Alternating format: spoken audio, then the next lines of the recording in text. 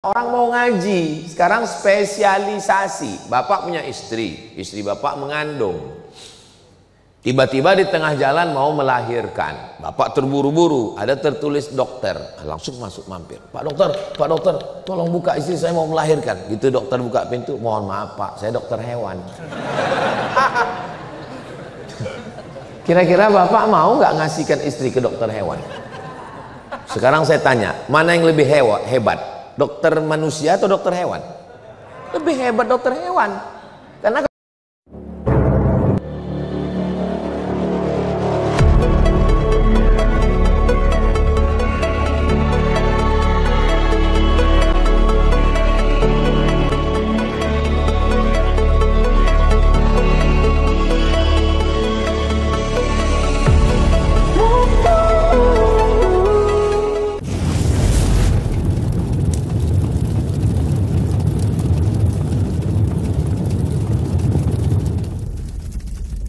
Bismillahirrahmanirrahim. Assalamualaikum warahmatullahi wabarakatuh. Alhamdulillah, Allahumma salli ala Sayyidina Muhammad wa ala ali Sayyidina Muhammad. Sahabat-sahabat semua, Bang Ade, Riki, Bapak Ibu, tokoh masyarakat, DKM Masjid, semua yang berhadir ini insyaallah dimuliakan Allah Subhanahu wa taala. Amin ya rabbal alamin. Tema kita pada pagi menjelang siang ini adalah peran masjid di era digital. Digit artinya angka.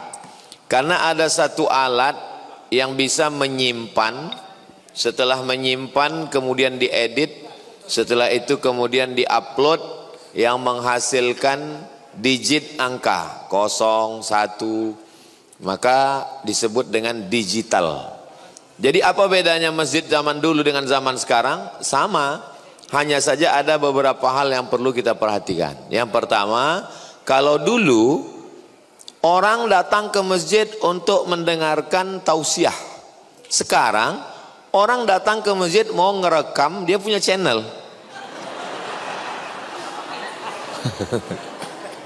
Nah itu jadi tidak semua orang mohon maaf ya, jangan tersinggung. Kunci dengar tausiah Ustaz Somad itu satu saja, jangan tersinggung. Karena ada beberapa konten kreator tersinggung meninggal. Jadi ada sesuatu yang berbeda. Dulu orang cepat datang ke masjid supaya dia bisa berada di shop yang pertama, dekat dengan kiai, dekat dengan habib, untuk mendengar, untuk fokus, untuk menyaksikan. Orang sekarang banyak tidak. Dia bisa di sudut sana, di sini, bahkan tidak ke masjid sama sekali. Di rumah dia perlu nonton, dia dengar, dia dengan segala situasi kondisi yang dia mau. Maka poin yang pertama yang mesti kita pahami bahwa masjid sebagai tempat pusat asal muaranya. Tapi bahwa orang menikmati kajian di masjid, ya di mana saja bisa. Walaupun di rumahnya, di kantor, dan dia bisa disimpan kajian itu. Mana kajian guru-guru para alim ulama yang zaman dulu? Hilang, tidak ada rekamannya, ditelan zaman, ditelan masa. Dari mana muncul ikhtilaf?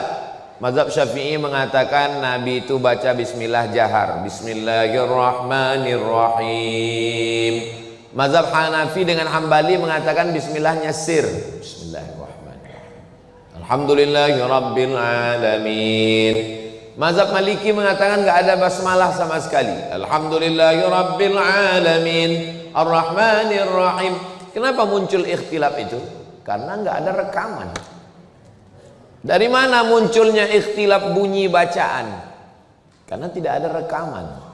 Ini sekarang ikhtilaf di antara beberapa guru tahsin tentang bunyi huruf shad, tentang huruf bad. Yang satu mengatakan guru kami lebih fasih tentang huruf badnya dari guru kamu. Yang mendekati Nabi itu guru kami. Kalau guru kamu nggak tahu sanadnya, itu karena nggak ada rekaman bunyi suara. Nah, jadi ketika adanya alat telekomunikasi multimedia, maka masjid sebagai sumber. Tapi bahwa orang datang ke masjid untuk mencari kajian, kajian bisa didapatkan di mana saja. Maka dalam hal ini yang pertama sekali kita mesti pahamkan bahwa dunia ini sekarang serba baru. Dulu berawal dari era kaset. Kiai Haji Zainuddin MZ, dai sejuta umat. Dulu kalau beliau datang ke Medan tahun 90 sampai 95 saya sekolah di Medan. Itu kawan-kawan semua cabut dari sekolah ke lapangan Merdeka untuk menyaksikan beliau turun dari heli untuk tausiah. Ustadz kok tahu? Saya cabut juga. Bagaimana kami mau melihat beliau dari jauh. Jadi begitulah heroiknya. Nah, jadi kemudian dari era kaset berubah kepada era yang disebut dengan YouTube. Lalu kemudian sekarang lebih canggih lagi, lebih pendek, lebih singkat, TikTok. Ke depan ini nggak tahu apa lagi. Mungkin lebih pendek lagi, tinggal top aja. Tiknya pun udah nggak ada lagi. Kita nggak tahu bagaimana keadaan ke depan. Tapi kajian tetaplah kajian. Jadi yang ngisi kajian itu masjid-masjid minimal, seminim-minimnya kajian di masjid itu mesti ada 3. Yang pertama akidah, yang kedua adalah fikih, yang ketiga adalah akhlak. Jadi kalau dibuat per hari, hari pertama Senin malam Selasa akidah. Kenapa? Puasa hari Senin, buka bersama, itu suasana religinya, spiritualnya dalam. Karena orang dalam keadaan lapar. Orang kalau lapar perutnya tajam pikirannya. Tapi kalau perutnya kenyang, kendor urat matanya. Maka bagus hari Senin itu habis buka bersama, makan nggak terlalu banyak, nanti setelah tausiah baru balas dendam. Nah, maka akidah, wujud, qidam, baqa, mukhalafatul hawadisi, qiyamuhu binafsihi, wadaniyah, qudrat, iradat, ilmun, ayat, sama, basar, kalam. Untuk tahun pertama, kesulitan pengajar untuk mencari referensi. Saya sarankan referensi Aqidah Ahli Sunnah wal Jamaah Sifat 50 yang ditulis oleh Kiai Haji Muhammad Idrus Romli. Itu buku itu saya pakai di pondok untuk anak kelas 1 sebelum baca kitab yang berbahasa Arab. Nah, nanti tahun keduanya kalau mau pindah ke Arab, jangan langsung ke Arab karena dia nggak ngerti, nggak paham. Nah, nanti yang Arabnya baru Aqidatul Awam, Syarah Jarahul Afham, nanti baru selanjutnya pakai kitab. Untuk pertama pakai bahasa Indonesia. Usahakan pengajar itu pakai infocus. Kenapa? Karena saya sendiri sebagai pengajar susah untuk ngajak jamaah itu untuk fokus ke kita. Maka biar supaya jamaah itu terbantu, kita dibantu oleh infocus. In itu artinya di dalam, fokus supaya dia di dalam, nggak ngelihat kemana-mana. Itu nggak ada penjelasan di internet, saya yang buat sendiri. Makanya saya awal-awal pulang dulu tuh saya rajin buat. Ustadz besok datang acaranya jam 8 ya, jam 7.30 saya sudah datang, tapi saya di parkiran. Nah, itu waktu yang kosong tuh saya buat slide, infocus banyak saya simpan. Apa kajian kita? Kajian tentang wujud, tentang qidam, tentang mukhalafatul hawadis. Jadi masjid-masjid ideal. Jadi masjid kita ini memang canggih, sudah ada untuk layar infocus. Ini canggih. Kalau bisa masjid-masjid datang studi banding ke masjid MRKR. Biasa masjid itu kan masjid Al-Ikhlas, masjid At-Taqwa, ini lain ya, masjid MRKR. Enggak apa-apa, pahalanya sama, masih masjid. Bagaimana suasananya tenang. Karena di beberapa masjid itu juga kadang kita ngaji, suara kipasnya itu seperti ngaji di dekat helikopter.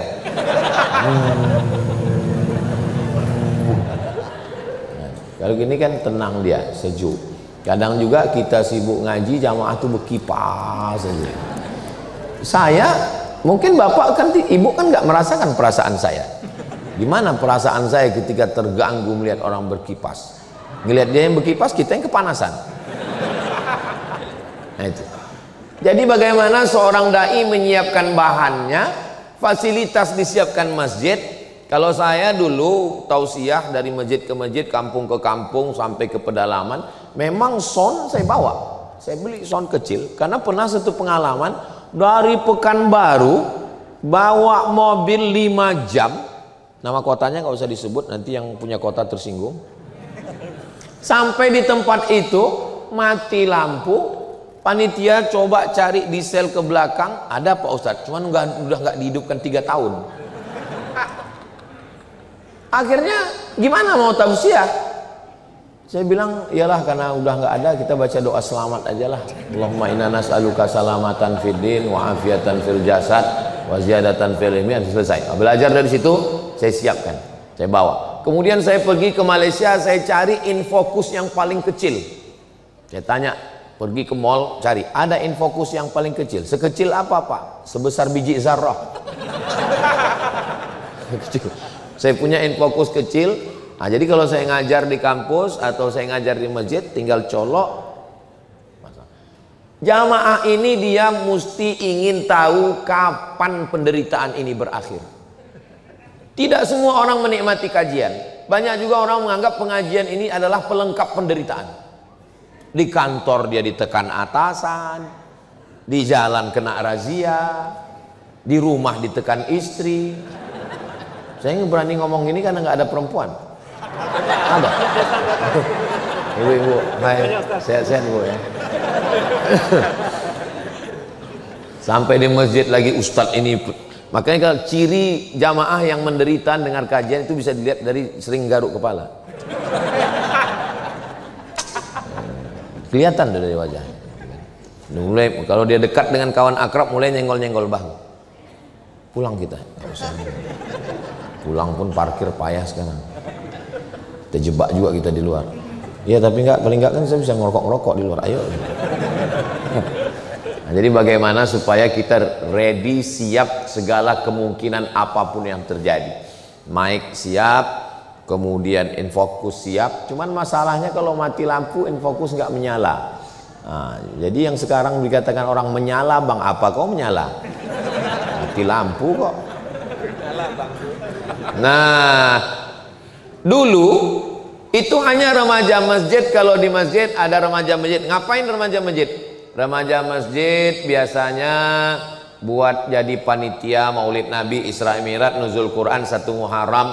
Paling keren acara remaja masjid penyelenggaraan jenazah. Prestasi tertinggi jadi mayat. Panitia nggak siap untuk beli boneka untuk mandi kan, akhirnya cari yang paling malas sholat, itu jadikan mandi. Pas dimandikan dicucuk hidungnya senyum, akhirnya dipoto sama kawannya, diupload di FB, mayat kok senyum. Sekarang anak-anak muda dikumpulkan di masjid buat acara apa namanya, pelatihan digital. Bagaimana remaja masjid punya channel, bisa syuting, editing, uploading. Dia yang syuting, setelah itu editing, setelah itu uploading. Saya selalu tantang anak-anak remaja masjid. Kalian buat channel, kalau ada 20 video yang kalian upload, langsung saya akan endorse. Anda ingin kajian yang berkualitas? Tonton channel MRKR. Jangan lupa subscribe, like, share, and comment. Inilah channel yang paling hebat. Channelnya belum ada, endorse-nya udah duluan. Masalah persennya nanti kita bahas. Nah, jadi anak-anak muda ini dibagi tugasnya, kamu kajian subuh. Cari kawan yang paling susah bangun subuh. Jadi ada kajian subuh, masjid-masjid ada kajian subuhnya, alhamdulillah. Kajian subuh itu usahakan baca kitab. Jadi untuk yang tabligh akbar, yang sifatnya show, itu memang perlu dibuat. Mungkin 1 bulan sekali, 2 bulan sekali. Lalu kemudian untuk yang bulanan, untuk yang pekanan, untuk yang harian, itu mesti. Jadi di masjid dipasang banner. Nah, ini gambar ustadznya. Lalu kemudian kelayakan pendidikannya. Pondoknya tamat mana, S1, S2, S3, S Cendol, S Doger, S Bandung. Kenapa? Karena orang mau ngaji. Sekarang spesialisasi. Bapak punya istri, istri bapak mengandung. Tiba-tiba di tengah jalan mau melahirkan. Bapak terburu-buru, ada tertulis dokter. Langsung masuk mampir. Pak dokter, tolong buka, istri saya mau melahirkan. Gitu dokter buka pintu, mohon maaf Pak, saya dokter hewan. Kira-kira bapak mau nggak ngasihkan istri ke dokter hewan? Sekarang saya tanya, mana yang lebih hebat? Dokter manusia atau dokter hewan? Lebih hebat dokter hewan. Karena kalau dokter manusia dia nanya, apa gejalanya Pak? Kalau dokter hewan nggak pernah nanya. Ibu bapak nggak mau menyerahkan istri bapak, hanya menyelamatkan satu nyawa kepada orang yang nggak, walaupun sama-sama dunia kesehatan, tapi menurut bapak tidak linier, nggak connect ini hubungannya. Bagaimana kita mau menyerahkan akidah kita, keyakinan kita, ibadah kita kepada orang yang tidak punya kelayakan? Kalau di Brunei Darussalam, di Malaysia, di Terengganu, di Sabah, di Sarawak, semua yang mengajar mesti punya tauliyah. Tauliyah itu adalah sertifikat yang dikeluarkan oleh sultan. Sultan menitahkan kepada mufti, mufti memberikannya. Seperti yang kemarin baru diupload beberapa hari yang lalu, mufti kerajaan Perak atas nama sultan memberikan tauliyah bebas berceramah seumur hidup kepada salah seorang ustadz dari Indonesia, namanya Ustadz Abdul Somad. Maksud saya yang belum follow Instagram saya, follow lah biar tahu. Siapa yang ceramah nggak punya tauliyah, maka polisi diperintahkan tangkap. Sekarang di tempat kita nggak begitu, asal mau pakai baju koko, pakai jenggot sedikit, ceramah. Maaf jangan tersinggung. Nggak bisa begitu.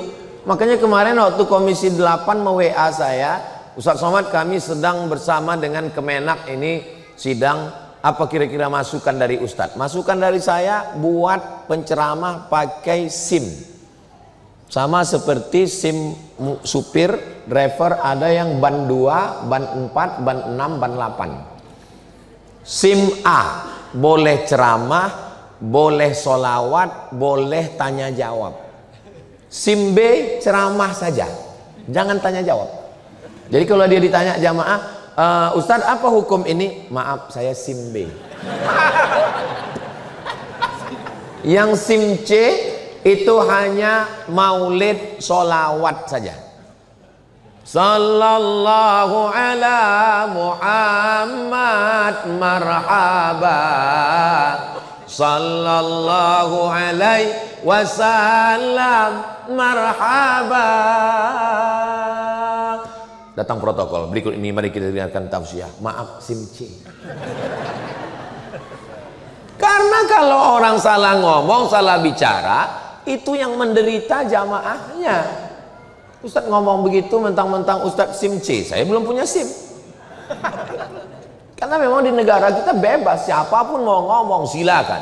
Mau sekuler, mau liberal, mau syiah, mau khawarij, mau murjiah, mau ateis, mau apapun namanya. Nggak bisa begitu. Yang jadi korban ini masyarakat. Akhirnya semua orang bisa ngomong, dari mulai ustadz manusia sampai ustadz semut.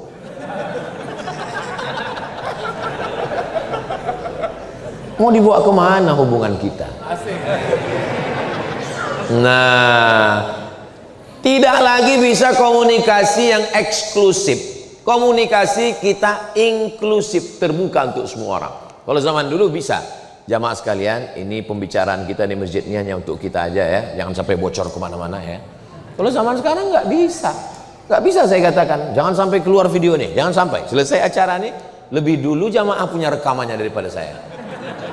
Mana streaming semua, berapa kamera ini, padahal nggak ada izinnya ini. Nah, oleh sebab itu maka komunikasi kita mesti terbuka. Abdul Somad tidak bisa difitnah ngomong macam-macam. Kenapa? Karena kalau ada yang motong video pendek di Instagram, di TikTok, dia potong 1 menit, dia combine dengan video yang lain, dia kasih bumbu-bumbu fitnah, maka kalau saya ditangkap, saya akan bisa, nauzubillah ya, saya akan klarifikasi. Ini video saya dipotong Pak Polisi. Kalau mau tonton video lengkapnya, Bapak dari Polisi Republik Indonesia, tonton video lengkap di channel Ustadz Abdul Somad Official, subscribe, like, share, and comment. Jadi semua rekaman fullnya mesti ada. Fasilitas, keilmuan, pendidikan kita di Indonesia ini, pendidikan Islam sangat maju. Ada pondok pesantren yang khusus baca kitab kuning saja dan spesialis hadis saja. Kitab kuning. Kitab kuning itu ada yang fikih. Kenapa disebut kitab kuning Pak Ustadz? Karena kertasnya dari kertas ubi. Warnanya kuning. Begitu kitabnya dicetak di Lebanon sampai ke Mesir, bukunya putih. Loh, kok di Mesir nggak ada kitab kuning ya? Itu kitab kuning istilah. Kalau bahasa Arabnya namanya kutubut turas, buku-buku klasik. Contoh buku klasik. Kita kalau baca Sahih Al-Bukhari, Imam Bukhari itu meninggal tahun 256. Sekarang tahun 1446. 1446. Mau ingat 2025 aja. Artinya buku ini sudah 1200 tahun. 12 abad yang lalu buku ini. Sangat tua. Buku klasik. Ada lagi buku yang lebih tua? Ada. Ditulis oleh Imam Malik bin Anas. Imam Malik bin Anas itu meninggalnya tahun 179. Berarti buku ini sudah lebih 13 abad. Sangat tua kitab-kitab. Itu ada sampai sekarang. Dibaca oleh orang. Saya kebetulan kuliah di UKM, University Kebangsaan Malaysia. Di sana bahasa pengantarnya bahasa Melayu. Bahasa Melayu bukan yang lari. Melayu. Sampean laku apa Melayu? Nah, lalu kemudian semua pelajar asing wajib ngambil 4 SKS. 2 SKS semester 1, 2 SKS semester 2 bahasa Melayu. Lalu saya dalam hati, ngapain kita belajar bahasa Melayu? Saya kan orang Melayu, saya orang Sumatera, dari Riau, kami bahasa Melayu. Dalam hati saya, bukalah darahku, golongan Melayu. Ternyata dosennya datang, namanya Cik Rusdi, datang membawa manuskrip. Manuskrip itu tulisan klasik 100 tahun yang lalu. Penuntut-penuntut, pelajar-pelajar, mahasiswa sekalian, ini yang saya bawa ini adalah manuskrip yang umurnya 100 tahun. Tolong baca. Begitu kami baca, banyak sekali kosakata yang kami nggak ngerti, padahal dia bahasa Melayu. Karena tidak dipakai dalam pembicaraan sehari-hari. Apalagi bahasa Arab yang umurnya 1200 tahun. Dan kitab-kitab itu masih dipelajari di Indonesia. Pondok pesantren yang didirikan Mbah Hasyim Asy'ari di Tebu Ireng, yang disebut dengan Pondok Pesantren Tebu Ireng, karena dulu pondok pesantren itu nggak ada pakai nama kayak sekarang Pondok Al-Ikhlas, Pondok Al-Mukhlisin, enggak. Pondok mana? Pondok Mbah Hasyim Tebu Ireng. Pondok mana? Pondok Mbah Wahab Asbullah. Pondok mana? Pondok Lirboyo. Pondok mana? Pondok Ploso. Itu masih sampai hari ini membaca kitab-kitab Sahih Bukhari ini khataman. Dari mulai awal sampai akhir, nanti gurunya mengijazahkan. Sehingga tidak akan mungkin terjadi kekeliruan. Kamu dapat dari mana? Dari guru saya. Guru kamu dari mana? Dari guru saya. Sampai kepada siapa? Pada Imam Bukhari. Imam Bukhari kan tidak sezaman dengan Nabi. Iya, 300 tahun. Imam Bukhari dapat dari mana? Dari gurunya namanya Abdullah bin Maslamah. Abdullah bin Maslamah dapat dari siapa? Dari gurunya namanya Malik bin Anas. Malik bin Anas dapat dari siapa? Dari Abu Zinad. Abu Zinad dapat dari siapa? Dari Al-A'raj. A'raj dapat dari siapa? Dari Abu Hurairah. Abu Hurairah dapat dari siapa? Dari Nabi Muhammad SAW. Kita sekarang tidak runut begitu. Kamu dapat dari siapa? Dari Syekh Google. Guru kamu siapa? Guru saya Pak Ustadz ini bisa ditasrif dengan bahasa Arab. Taba yatubu yutuban. Nah, sehingga masjid-masjid bagaimana mencerahkan supaya kembali lagi ngaji kitab-kitab. Ya Pak Ustadz, tapi yang ngaji bisa baca kitab itu kan kalau pakai bahasa Arab. Makanya pakai bahasa Indonesia dulu. Saya sarankan untuk yang 3 itu, akidahnya pakai akidah sifat 50 Kiai Haji Muhammad Idrus Ramli. Untuk fikihnya fikih Islam Sulaiman Rashid.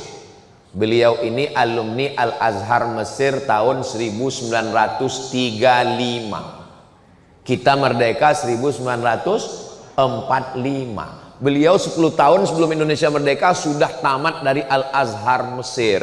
Lalu kemudian pulang orang Lampung. Lalu kemudian beliau menulis kitab fikih sistematis bahasa Indonesia. Bahasanya simple, sangat mudah untuk memahami. Dan beliau spesialis mazhab Syafi'i. Kita dari pertanyaan jamaah itu kita paham bahwa jamaah ini nggak paham. Dari pertanyaan jamaah itu kita paham bahwa dia nggak paham. Ustaz Somad, iya. Gimana kalau saya sholat nggak baca Allahu Akbar kabiro? Nah, itu saya paham tuh bahwa dia nggak paham. Allahu Akbar kabiro, Allahumma ba'id baini wa baina khotoyaya, wajjahtu wajhiyya, itu adalah sunnat. Dibaca, tapi saya tidak pernah meninggalkan iftitah. Dibaca bagus, afdal. Tidak bisa membedakan mana rukun, mana syarat, mana wajib, mana sunat. Bagus dibeli buku ini. Ada fikih sholat, ada zakat, ada haji, ada umroh, ada fikih siasah, politik Islam, ada pembagian harta warisan, ada fardu kifayah, memandikan jenazah, menyelenggarakan mengkebumikan, mengkuburkan, semuanya lengkap semua. Kecil. Dulu saya beli buku itu 40.000. Silakan cari di toko buku, dan saya tidak jual buku. Jangan Ustaz Somad ini ada hubungan ini. Sampai sekarang belum lagi, nggak tahu ke depan. Lalu kemudian tentang akhlak. Akhlak ini bagaimana tawaduk, rendah hati, menjaga supaya jangan sampai riya, sum'ah, takbur, hasad, dengki, busuk hati. Bagaimana menjaga hati. Alhamdulillah Pak Ustadz, di masjid kami sudah ada kajian. Apa nama kajiannya? Manajemen kalbu. Kalbu itu artinya anjing. Yang betul itu qalbu, pakai qalbu. Bahasa Arab itu ada huruf kaf, ada huruf qaf. Salah nyebut, salah bunyi, salah makna. Kul huwallahu ahad, pakai kaf. Kul artinya makanlah. Kul huwallahu ahad, makanlah Allah itu. Yang betul itu pakai qaf. Maka tahsin Al-Quran. Di Ma'had Az-Zahra, ibu-ibu sore Jumat pengajian. Jumatnya dibagi 4. Jumat yang pertama akidah, Jumat yang kedua fiqih, Jumat yang ketiga akhlak, Jumat yang keempat tahsin. Ihdinas siratal mustaqim. Supaya apa? Lurus. Jangan sampai salah membaca. Rubbatalil Quran wal Quranu yal'anuh. Berapa banyak orang baca Quran dilaknat Quran. Kenapa dilaknat Quran? Salah baca Quran. Alhamdulillah Pak Ustadz, saya nggak pernah salah baca Quran. Kenapa? Karena saya nggak pernah baca Quran. Lebih baik pernah salah karena baca daripada nggak pernah salah karena nggak pernah baca. Boleh untuk update status yang ini. Jadi ini penting. Kalau untuk akhlak, buku apa yang Ustadz sarankan? Saya sarankan buku tasawuf modern Buya Hamka. Karena itu beliau tulis ketika dalam kesulitan hidup di dalam penjara. Buku itu bukan ditulis di hotel mewah dengan suasana yang tenang, nyaman, adem, ayem, tentram, merem. Tapi ditulis orang dalam kesusahan. Orang semakin susah hidupnya, semakin dekat munajatnya kepada Allah. Kenapa syair-syair itu lahir begitu indah? Karena syair lahir dari hati yang hancur, remuk, redam. Makanya orang yang patah hati syairnya pasti bagus. Kenapa syair yang ditulis oleh Kais itu begitu dalam? Karena dia tidak jadi nikah dengan Laila. Ketika orang bertanya dengan Kais, Kais, seandainya kau disuruh pilih menikah dengan Laila atau dunia beserta isinya, apa kata Kais? Laghubaru ni'aliha ahabbu ilayya wa ashfa li balwaha. Debu yang menempel di sendal Laila lebih kucinta daripada dunia beserta isinya. Kenapa dia ngomong gitu? Ya karena nggak jadi nikah. Coba kalau jadi nikah, ngamuk tiap hari. Jadi sampai mana tadi? Ini digital. Tolong jangan mengacaukan pikiran saya. Ini digital, era digital ini masjid menjadi tempat pusat center kegiatan. dari mulai ibu-ibu. Ibu-ibunya buatkan kajian khusus karena mereka segan kalau nanya kepada ada laki-laki di situ, sungkan, nggak enak. Mohon maaf, beribu maaf. Cerita tentang masalah darah haid, darah nifas, darah wiladah, darah bisul, darah jerawat. Mereka mau kajian khusus dan Nabi mengkhususkan itu. Buat kajian khusus untuk perempuan sore Jumat. Sebelum kajian waktu kosong baca Al-Quran, memperbaiki tahsin. Mumpung yang lain belum datang, Bu, ya kira-kira kita baca 5 ayat ya. Ibu dulu 5 ayat. Bismillahirrahmanirrahim. Yasin wal Qur'anil Hakim. Innaka laminal mursalin ala siratim mustaqim. Tanzilal azizir rahim. Masya Allah. Ibu sebelahnya batu. Jangan diejek. Hari gini masih mau datang ke masjid ketika yang lain sibuk dengan rambutnya seperti sarang tawon, merah kuning kelabu, sibuk dengan skincare-nya yang dipakai di wajah putih leher hitam.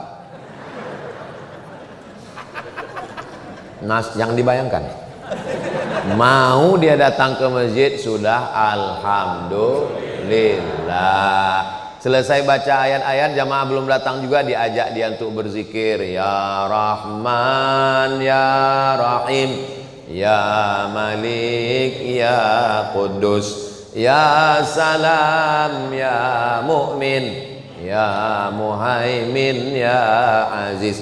Selesai Asmaul Husna belum juga datang. Sallallahu ala Muhammad. Sampai azan maghrib, rupanya memang nggak mau datang karena takut disuruh ngaji. Polanya dirubah. Setelah melihat kejadian kemarin, nampaknya ibu-ibu takut ngaji ya. Jadi kita buatkan kelas khusus tahsin. Ibu gimana, Bu? Kalau boleh nanya ya, beberapa ibu ini hafalannya sudah berapa? Saya sudah 5 Pak Ustadz. 5 juz? Enggak, Iqra 5. Mau ngaji, belajar dalam Islam itu minal mahdi ilal lahdi, dari buayan ayunan sampai ke liang lahat, nggak ada batasan dalam Islam. S1 22, S2 23, 25, S1 22, S2 25, S3 27. Itu metode barat. Dalam Islam tidak ada batasan ilmu. Dalam Islam menuntut ilmu itu utlubil ilma, bukan hadis Nabi, kata-kata hikmah. Utlubil ilma minal mahdi ilal lahdi, dari buayan hingga ke liang lahat. Nabi jadi nabi umur 40 tahun. Abu Bakar Siddiq masuk Islam ketika Nabi dapat wahyu langsung dia masuk Islam. Laki-laki yang pertama masuk Islam Abu Bakar, yang dewasa. Kalau yang anak-anak Ali bin Abi Thalib. Jarak umur antara Nabi dengan Abu Bakar adalah 2 tahun. Nabi lebih tua. Nabi dapat wahyu umur 40 dan saat itu Abu Bakar masuk Islam. Pertanyaannya, berapakah umur Abu Bakar belajar Islam? Memang jam-jam segini susah mikir ya. 38 tahun. Jadi kalau ada di antara kita ini, saya mau belajar Islam ini umur 38. Apa masalahnya? Selama orang mau ngaji datang. Saya Pak Ustadz kalau ngaji di depan orang banyak malu saya Pak Ustadz. Saya ini kan direktur di perusahaan, hilanglah harga diri saya. Berapa harga kau rupanya? Minta sama guru khusus. Ini kawan sahabat-sahabat kita dari Musawarah. Mereka punya rumah Quran Musawarah. Sekarang sudah 4 angkatan. Itu alumni penghafal Quran bersanad 30 juz. Bisa ketemu dengan anak-anak Musawarah itu yang pecinya putih-putih. Itu kalau pecinya putih itu isinya 30 juz. Kalau yang merah begini, ini juz 30. Minta privat sama mereka. Adik, tolong adik nanti datang ke kantor saya ngaji. Saya mau belajar privat. Oke, I'm coming. Mereka datang, kita ngaji. Pulang ke rumah, istri bapak tersenyum. Papa yang udah belajar ngaji. Loh, kok kamu tahu? Rupanya dia ngintip dari CCTV. Senangnya hati istri melihat suami sudah mulai ngaji. Betul, Bu? Nggak mungkin bohong mereka dalam masjid.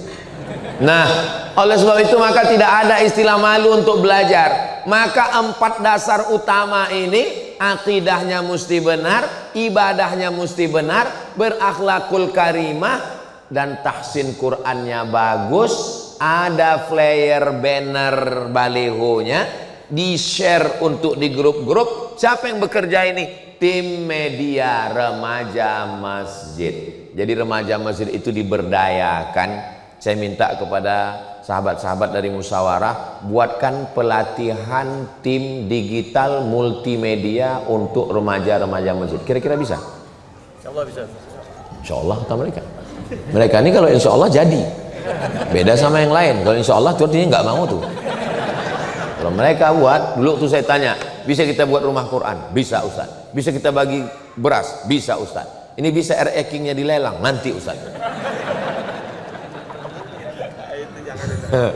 Jadi ini dasar yang paling utama. Jadi jangan euforia bangga dulu. Alhamdulillah masjid kami kemarin Pak Ustadz sudah tablik akbar, manusia sejauh mata memandang. Terus habis itu kosong. Mesti ada yang berkesinambungan. Ini yang basic, yang mendasar. Kita kalau lewat di depan toko roti, langsung bunyi handphone, ting ting ting ting, lihat, hai Abdul Somad. Dia nggak tahu saya Ustadz. Hari ini roti lagi promo loh, mampir ke kita dong. Dari mana dia tahu saya lewat di depan? Saya lama rasanya mau saya datangi toko roti. Kok nggak tahu aku nih Ustadz? Dia tahu nomor saya, dia WA saya, dia ajak saya mampir, dia kasih tahu promo. Nah sekarang kita sebagai pengurus masjid, pernahkah kita memanjakan jamaah seperti itu? Pernahkah kita WA setiap jamaah itu kita tanya, hai jamaah, datang sholat subuh ya, malaikat maut udah dekat.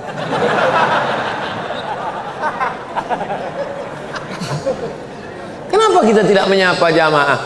Jamaah sedang terpukul, orang tuanya meninggal. Apa salahnya kita kirimkan? Inna lillahi wa inna ilaihi raji'un wa inna insyaallahu bikum lahiqun. Jangan bersedih saudaraku, datang kita. Walaupun kita mungkin karena kesibukan, itulah hebatnya digital. Pengurus masjid mempostingkan. Memang sedap kopi tiramisu. Setelah itu makan sayur kubis. Kalau sudah disediakan tisu, itu tanda waktu sudah mau habis. Nah, jadi ketika kita mengelola jamaah ini dengan baik, sekarang banyak masjid tidak mengelola jamaah dengan baik. Mau datang mau enggak bukan urusan kami, mau meninggal mau mati mau sakit lah salam wala kalam. Berapa jamaah kita? Berapa jumlah jamaah tetap kita? Berapa yang ada di dalam grup? Itu ada aplikasi yang bisa membuat satu grup 1000 dan bisa 10 grup. Berarti kita punya jamaah inti 10.000. Jamaah ini pun kita klasifikasikan. Ada jamaah yang kelas A. Ini yang memang subuh, zuhur, asar, maghrib, isya. Ada yang jamaah kelas M. Itu Idul Fitri sama Idul Adha. Ada kelas Z minus. Ini Idul Adha datang untuk ambil kupon. Sehingga ketika kita kelola jamaah ini dengan baik, kita share, dibuatkan tulisan di depan. Anda bertanya, Ustadz menjawab. Hubungi nomor kontak berikut. Hebat Ustadz Somad itu ya.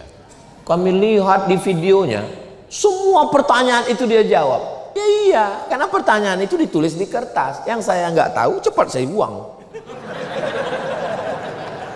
Begitu saya baca kan, susah. Saya masukkan ke dalam lagi. Itu salah satu tips untuk menutupi kebodohan kita. Coba kalau langsung jamaahnya pegang mic, dia tanya. Makanya nanti jangan kasih jamaahnya. Nah, Jadi ketika kita mengelola jamaah ini dengan baik, itulah kehebatan digital. Kalau zaman dulu nggak bisa. Zaman dulu imam, pengurus itu mesti head to head ketemu langsung dengan orang. Assalamualaikum warahmatullah. Assalamualaikum warahmatullah. Sehat Pak RW, sehat Pak RT. Alhamdulillah ya, alhamdulillah. Zaman sekarang enggak. Semua jamaah itu dengan satu postingan bisa. Bulan ini remaja masjid ini kita kelola dengan baik. Untuk bulan ini kamu yang call ya, tahajud call. Oke. Jam 3 malam tahajud call. Kamu 100 orang, kamu 100 orang. Assalamualaikum, tahajud Bapak. Gimana sudah? Alhamdulillah saya sudah call semua. Habis itu saya tidur. Yang jadi petugas tahajud juga. Atamuruna nasa bil birri wa tansawna anfusakum wa antum tatlunal kitab. Apakah kamu lupa kamu nyuruh orang buat baik sementara kamu sendiri sudah baca Quran tapi kamu tidak berbuat baik? Disitulah baru nampak sinergitas bekerja sama. Dalam dakwah ini nggak bisa one man show. Saya ketua, saya ngurut. Mohon maaf ya ketua yang terus. Nggak bisa. Saya ini ketua masjid. Biar kurus-kurus begini ketua masjid. Gak bisa, kita mesti bekerja sama. Karena kalau tidak bekerja sama, Nabi Muhammad SAW itu membina umat ini nggak sendirian. Dia didampingi orang tua yang bijaksana, Abu Bakar Siddiq. Anak muda yang bertenaga, Umar bin Khattab. Anak muda yang cerdas, Ali bin Abi Thalib. Anak muda yang kaya, Utsman bin Affan. Anak muda yang kuat hafalan hadisnya, Abu Hurairah. Anak muda yang hebat bahasa asingnya, Zaid bin Sabit. Anak muda yang bagus suaranya, Bilal bin Rabah. Perempuan yang banyak hartanya, Khadijah. Perempuan yang cerdas setengah agama ini diambil dari akalnya, Humairah Sayyidatuna Aisyah. Perempuan yang banyak tenaga kuat membawakan makanan naik ke atas, Asma. Jadi sekarang kita di masjid, posisikan kita mau masuk kemana? The right man on the right place. Saya ini Pak Ustadz tenaga kurang, tapi nafsu kuat. Nggak masuk. Saya ini Pak Ustadz akal saya insya Allah, cuman saya kurang kuat tenaga. Akal insya Allah, berarti kamu Sayyidina Ali. Saya ini Pak Ustadz kebetulan di sastra Inggris, jadi semua ceramah-ceramah Ustadz Somad itu nanti akan saya buatkan bilingual. Saya akan buatkan translate-nya bahasa Inggris. Bagus. Kamu translate sendiri? Enggak, pakai Google juga bahasa. Bagus. Kamu, saya Pak Ustadz untuk bahasa memang kurang, tenaga juga kurang, tapi duit ada Pak Ustadz. Banyak, ya cukuplah untuk 7 turunan. Nah ini donatur inti. Ini masukkan kelas A. Bagus, dibuatkan situ nama. Bapak Anu yang paling sering dihubungi telepon. Bagus. Saya Pak, kamu? Saya Pak Ustadz tenaga juga nggak ada, otak pun juga ya pas-pasan. Bahasa asing pun nggak bisa, duit apalagi. Nah, terus kamu di kota Abu Lahab.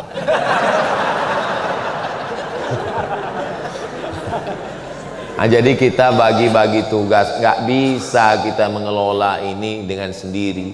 Maka digital ini kita manfaatkan. Semua kajian ada, file-filenya ada, dan tidak terbatas, bisa diakses semua orang. Sehingga ketika adik-adik kita mau presentasi atau dosen-dosen kita jamaah kita, kebetulan saya di kantor mau presentasi nih Pak, boleh saya pinjam ini? Boleh, menjadi amal jariah. Disitulah makna hadis, idza matal insan, kalau manusia mati inqata'a amaluhu, amalnya putus, illa min salasin, kecuali 3, shadaqatun jariyah, ilmun yuntafa'u bih. Apa yang dimaksud dengan ilmu bermanfaat? Video YouTube, infocus, slide PowerPoint diambil orang, dan kita nggak perlu klaim. Kayaknya yang ente presentasi kemarin punya anak tuh. Kita ketika sudah kita berikan, saya pernah ceramah di masjid. Saya tausiahnya nanti habis isya menjelang tarawih. Jadi ketika kultum, berikut ini mari kita dengarkan kultum menjelang berbuka puasa. Kami dengar. Saya dengar kultum itu dari awal sampai akhir kayak ceramah saya. Sampai teman di sebelah nyenggol, itu kayak isi ceramah antum. Iya, selesai tausiah Ustadz, memang orang bukan mesin, bukan AI, memang manusia, bukan Robocop. Datang dia duduk, Mohon maaf Ustadz, itu tadi saya dengar ceramah Ustadz beberapa kali, langsung saya tausiah. Dalam hati saya, alhamdulillah, ternyata tidak hanya terbatas di kelas, bukan hanya terbatas pada buku-buku yang kita tulis, suara pun bisa ditirukan orang. Artinya apa? Dengan zaman digital ini, kesempatan untuk menyebarkan perbuatan baik itu kira-kira makin terbuka luas atau makin sempit? Makin terbuka luas. Suara kita bisa direkam orang, gambar bisa, apapun yang kita lakukan. Jadi kalau ada orang sekarang mengatakan, kenapa lah saya hidup di zaman ini ya Pak Ustadz ya, banyak zaman fitnah di akhir zaman. Coba kalau saya hidup di zaman Nabi, pasti saya baik Pak Ustadz. Saya bilang, orang-orang seperti kamu ini kalau hidup zaman Nabi mungkin ikut Abu Jahal. Apa jaminan kita kalau hidup zaman Nabi kita ikut Nabi Muhammad? Belum tentu. Jadi jangan pernah menyalahkan zaman, menyalahkan masa. Memang menurut ilmu Allah, ya hidup kita ini cocoknya di zaman milenial ini. Ustadz Somad aja merasa milenial. Kami melihat Ustadz seperti kolonial. Habis milenial, Gen Z, macam-macam namanya. Tapi ini semua adalah masa. Kenapa Allah pertukarkan zaman masa ini?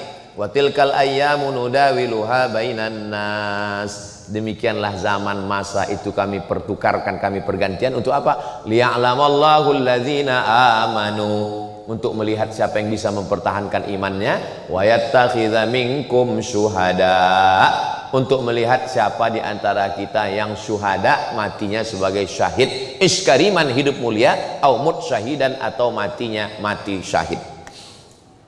Kalau mau membayangkan gimana sebelum ada digitalisasi.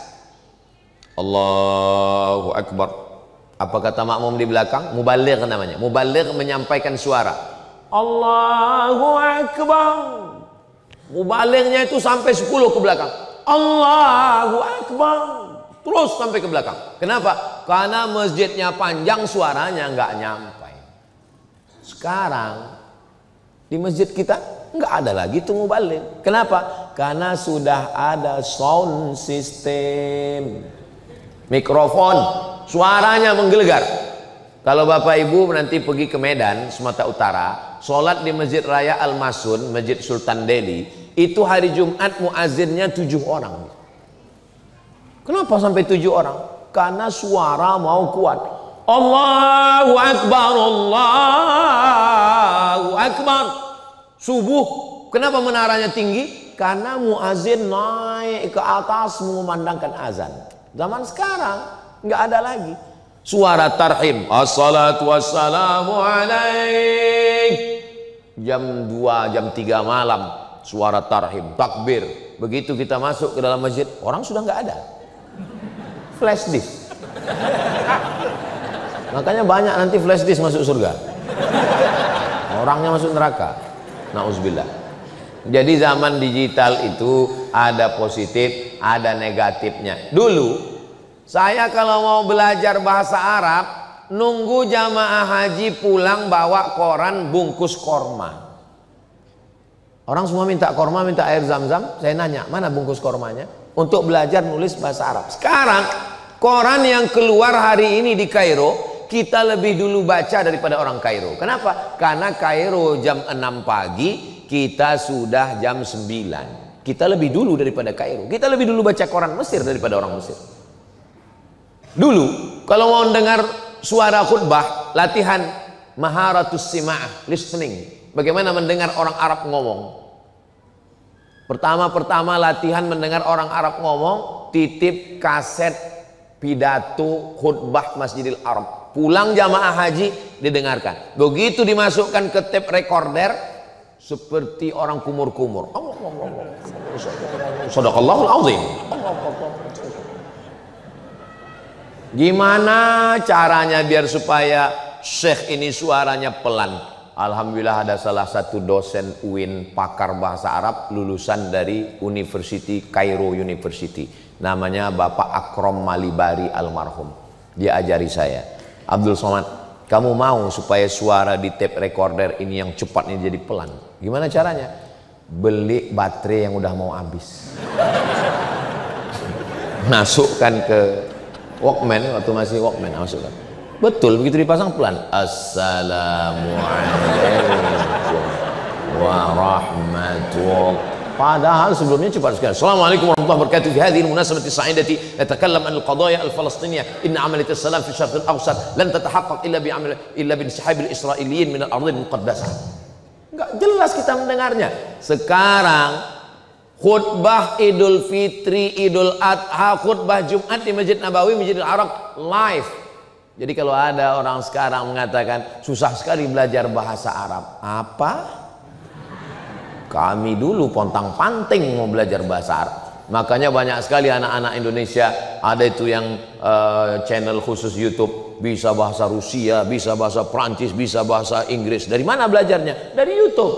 Maka digital ini semakin membuat orang cerdas, semakin orang bisa dengar kajian, semakin buat orang bisa berilmu, semakin cepat masuk surga, tapi juga neraka cepat.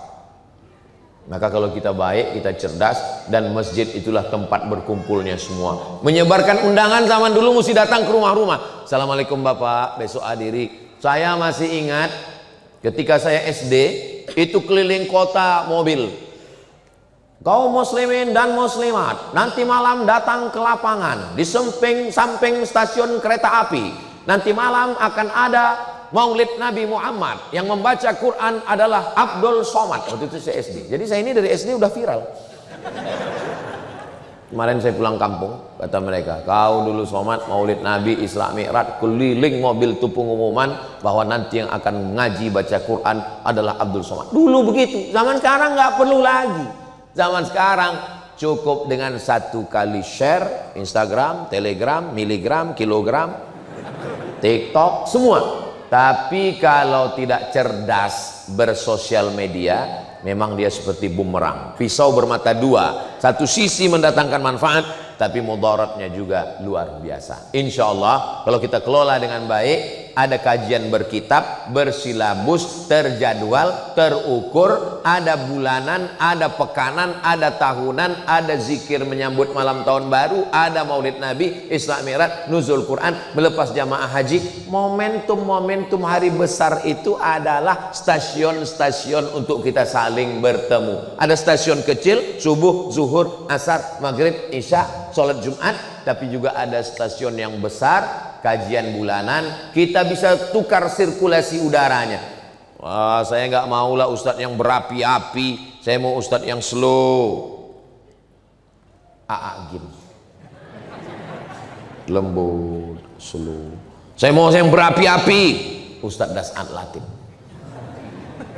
Saya mau yang menggelegar, Habib Rizik Syihab. Tapi izinnya payah. Kalau yang lembut tentu saja Ustadz Somad. Nah, jadi kita banyak pilihan sekarang, kemudahan. Begitu juga dengan apa yang disebut dengan finance, keuangan. Zaman dulu kotak berjalan. Begitu lewat kota, banyak jamaah itu kalau sudah lewat kota hari Jumat pura-pura tidur. Dia sangka kotaknya satu. Dia nggak tahu di situ ada yang lewat. Pertama baru kotak yatim, habis itu kotak pembangunan, kotak infak, kotak sodako, kotak duafa. Yang sakit jantung naik langsung. Sekarang khotib tidak lagi terganggu dengan pawai ta'aruf ini, karnaval ini nggak terganggu. Kenapa? Karena di pintu masjid sudah bertambah. Yang dulu Allahumma ftahli abwaba rahmatik, sekarang sudah bertambah langsung Allahumma ftahli abwaba rahmatik, langsung keluar handphone, scan apa namanya? QRIS. Nah, saya pura-pura nanya aja. Saya mau tahu orang ini tahu nggak QRIS. Nah, alhamdulillah. Aku tadi ku tengok kau setiap masuk masjid begini, kau scan? Enggak, ku foto aja.